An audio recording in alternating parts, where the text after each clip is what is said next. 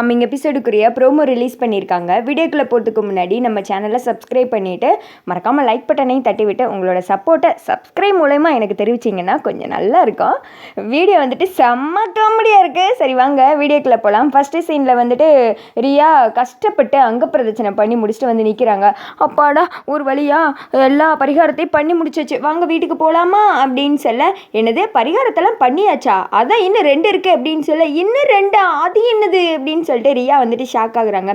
என்ன ஜோசியர் ஐயா பார்த்துட்டே இருக்கீங்க, சொல்லுங்க, ரியாவே கேட்குறாள்ல அப்படின்னு சொல்லிட்டு தீபா சொல்ல, அதுதாம்மா கையை நீட்டு அப்படின்றாங்க. அப்படின்னு ரியா ஒரு கை நீட்ட, 2 கையை நீட்டுமா அப்படின்னு சொல்ல, ரியா 2 கை நீட்ட கையில் வந்துட்டு தீச்சட்டி வந்துடுது. ஐயோ கையெல்லாம் எரியுதே எரியுதே அப்படின்னு சொல்ல, அப்படிலாம் சொல்லக்கூடாதுமா, ஆத்தா மேலே பாரத்தை போட்டுட்டு ஆத்துக்காரர் வந்துட்டு நல்லா இருக்கணும், நீண்ட ஆயுளோடு இருக்கணும், அவருக்கு எந்த கஷ்டமும் வரக்கூடாது அப்படின்னு சொல்லிட்டு கோயிலை வந்துட்டு 3 தடவை சுற்றி வா ஓடு அப்படின்னு சொல்லி அமுச்சு விட, என்னது இதுவும் 3 தடவையா, ஐயோ என்னால் முடியல கையெல்லாம் எரியுது அப்படின்னு சொல்லிட்டு ரியா வந்துட்டு அழுகிறாங்க.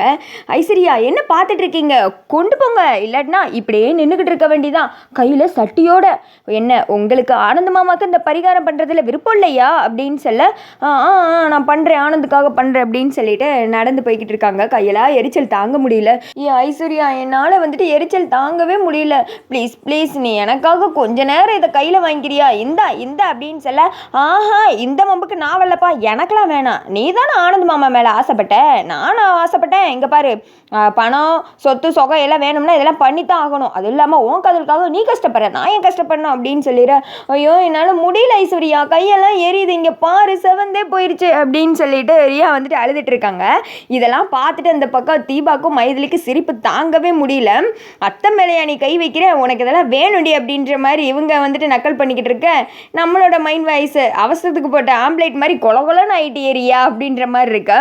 அடுத்து வந்துட்டு சரி சரி விடு, இன்னும் ஒரே ஒரு பரிகாரம் தான் இருக்குது, எப்படியாவது கஷ்டப்பட்டு இதை வந்துட்டு பண்ணி முடிச்சிடு, இல்லாட்டினா அவளுக்கு கண்டிப்பாக விட மாட்டாளுங்க, அவளுக்கு கிட்ட சிக்கிட்ட இன்னும் மீளவ முடியும் அப்படின்னு சொல்லிட்டு எப்படியோ கஷ்டப்பட்டு இந்த பரிகாரத்தை பண்ணி முடிச்சிடுறாங்க போலரியா. அடுத்த சீனில் அடுத்த பரிகாரம் என்னது வேமா சொல்லி முடிங்க அப்படின்ற மாதிரி சொல்ல, அடுத்து ரொம்ப கஷ்டமான பரிகாரம், இதில் தாம்மா நீ ரொம்ப கவனமாக இருக்கணும் அப்படின்னு சொல்ல, ரியாக்கு அப்படியே கண்ணு மொழியெல்லாம் பிதுங்கி வெளியில் வர ஆரம்பிச்சிருது.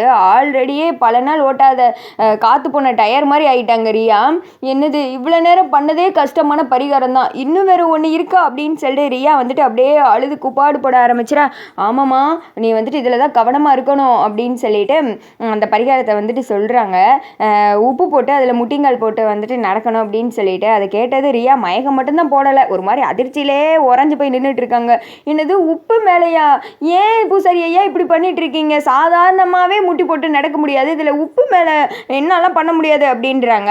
என்ன ஆனந்த் மாமாட்ட சொன்னால் சரியாக வந்துருமா அப்படின்ற மாதிரி தீபா கேட்க, வேணாம் நான் பண்ணுறேன் அப்படின்னு சொல்ல, உப்பெல்லாம் வந்துட்டு மைதிலி சந்தோஷமாக கொட்டி போட, ரியா வந்துட்டு அதில் முட்டி போட, அம்மா முடியல எரியுது, முட்டியெல்லாம் எரியுது ஐஸ்வர்யா, என்னால் முடியல ஐஸ்வர்யா அப்படின்னு சொல்லிட்டு அழுக ஆரம்பிச்சிடுறாங்க. கண்ணை மூடிட்டு எப்படியாவது இந்த ஒரு வேண்டுதல் தான், இதை மட்டும் முடிச்சிடும் அவ்வளோதான் அப்படின்னு சொல்ல, ஐயோ இதுக்கே வந்துட்டு என் உயிரெல்லாம் போயிரும் போலையே, இப்படி இனிமேல் நான் எப்படி சொத்தை அனுபவிக்கிறது அப்படின்ற மைண்ட் வாய்ஸில் ரியா வந்துட்டு அழுது கூப்பாடு போட்டுக்கிட்டு இருக்க, தீபா வந்துட்டு நக்கல் பண்ணி பயங்கரமாக சிரிச்சிட்டு இருக்காங்க. தீபா வந்துட்டு இந்த மாதிரி சிரிச்ச முகத்தோட பார்க்க தான்ப்பா வந்துட்டு நல்லா இருக்குது, அவங்களுக்கு இப்படி கொஞ்சம் ஆக்ஷன் சீக்வன்ஸ்லாம் கொடுங்க அப்படின்ற மாதிரி தான் இருக்குது. அதாவது மைதிலி கூட சேர்ந்துட்டாலே வந்துட்டு அந்த ஆக்ஷன் வந்துடும் நினைக்கிறேன். ஏன்னா சில ஐடியாஸ்லாம் மைதிலி தான் இந்த மாதிரி ரெக்கார்டாக எடுத்து வர்றாங்க.